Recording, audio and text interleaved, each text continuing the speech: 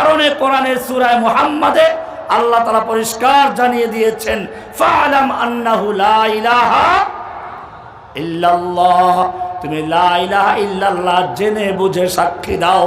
লা ইলাহার মানে হচ্ছে নেই কোনো ইলাহ, নেই কোনো এমন ক্ষমতার মালিক যে ক্ষমতার মালিক, সমস্ত আনুগত্য পাওয়ার উপযুক্ত সমস্ত ক্ষমতার মালিক কে? লা ইলাহা, কোনো ক্ষমতার মালিক নাই। নাই বলে উৎখাত করলা। আমি এটা এভাবে বলি, একটা পুরাতন বিল্ডিংয়ের রং করতে গেলে মানুষ প্রথমে পুরাতন রংটাকে ঘষে মেজে ধুয়ে মুছে পরিষ্কার করে এরপরে নতুন রং করে।